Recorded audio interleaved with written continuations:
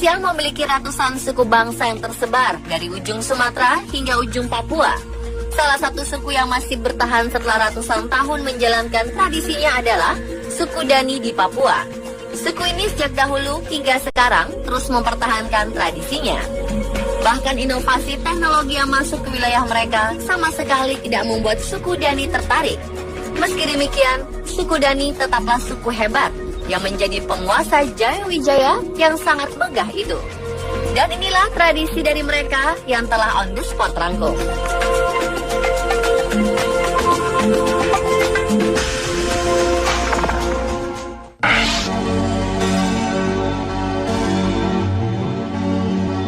Suku Dani di Papua ternyata juga memiliki tradisi mumi.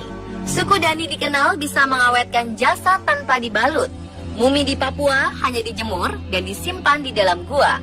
Dan salah satu mumi paling tua di tempat itu berusia 300 tahun. Mumi bernama Wim Motok Mabel itu ditempatkan di Pilamo atau rumah laki-laki. Mumi suku Dani ini berwarna hitam dengan posisi badan yang duduk dan kepala mendongak ke atas. Mumi ini bisa dikeluarkan dari rumah jika ada wisatawan yang ingin melihatnya. Konon, mumi ini dibuat dengan cara mengeringkan jasad. Lalu jasad tersebut diangin-anginkan di atas perapian hingga mengering dan berubah warnanya menjadi hitam pekat.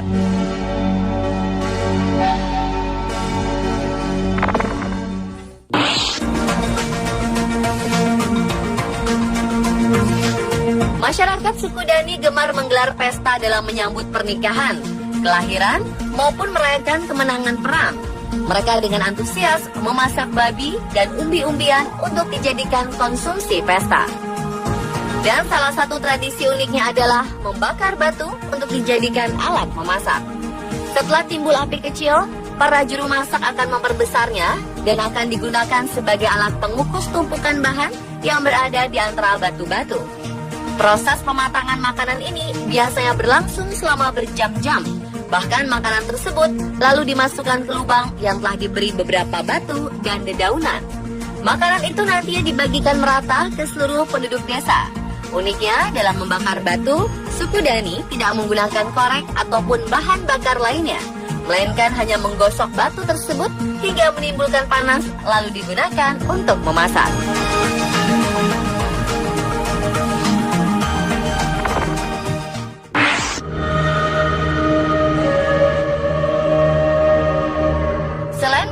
Dan membakar batu, suku Dani juga memiliki tradisi unik dalam menunjukkan rasa duka cita.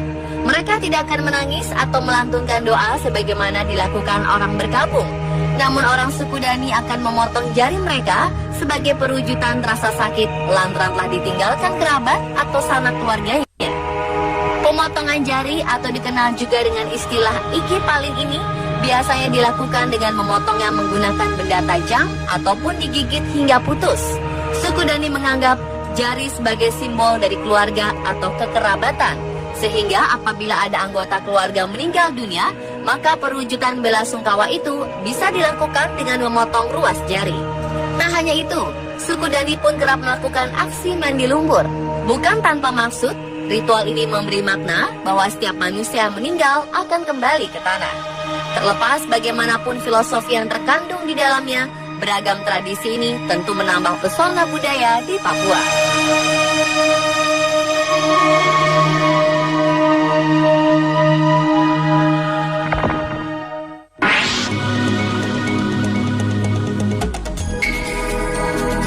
Selain itu, suku Dani juga mengenal tradisi perang sebagai wujud menjaga harga diri.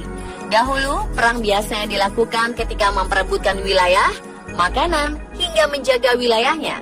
Konflik antar desa pun kerap dipicu oleh sengketa tanah yang menjadi pemicu munculnya perang antar desa maupun antar suku yang letaknya bersebelahan. Namun di era modern saat ini, perang tidak dilakukan hingga menelan korban jiwa. Namun perang dipertontonkan dalam rangka menyambut wisatawan yang datang. Tradisi ini digelar setahun sekali di Lembah Baliem, tempat tinggal suku Dani. Pada festival Baliem akan dipertunjukkan perang antara suku Dani dengan suku Lani ataupun suku Yali dengan tujuan melestarikan tradisi mereka.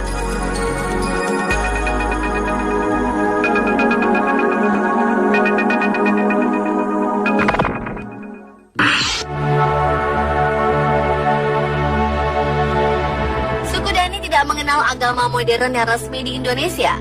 Mereka memeluk sebuah kepercayaan yang menghormati roh leluhur sebagai kekuatan terbesar di alam semesta. Mereka percaya jika kekuatan sakti akan diturunkan dari generasi ke generasi secara patrilineal atau keturunan laki-laki. Mereka mempercayai kekuatan sakti bernama Atau. Kekuatan sakti tersebut akhirnya dipecah lagi menjadi kekuatan menjaga kebun, kekuatan menyembuhkan penyakit dan penolak bala, dan yang terakhir adalah kekuatan untuk menyuburkan tanah.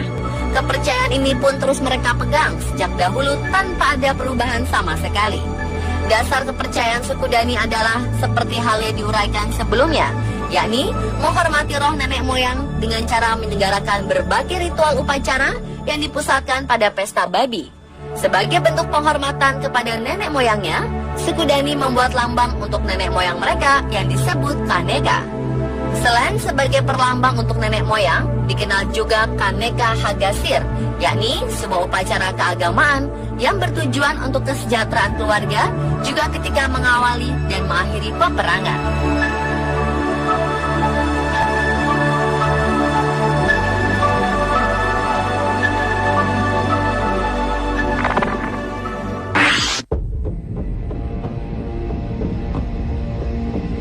Salah satu kebiasaan unik lainnya dari suku Dani adalah kebiasaan mereka mendendangkan nyanyian-nyanyian yang bersifat heroisme atau kisah-kisah sedih untuk menyemangati dan juga perintang waktu ketika mereka bekerja. Untuk alat musik yang mengiringi senandung atau dendangnya sendiri, yakni biasanya adalah alat musik yang dinamakan pikon, yaitu satu alat yang diselipkan di antara lubang hidung dan telinga mereka. Di samping sebagai pengiring nyanyian, alat ini pun berfungsi ganda sebagai isyarat kepada teman atau lawan di hutan kala sedang berburu.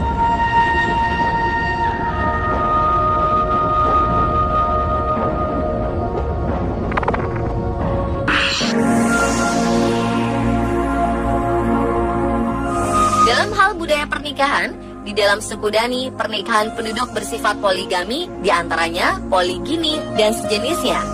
Setiap keluarga tinggal di satu-satunya tempat tinggal yang disebut Silimo.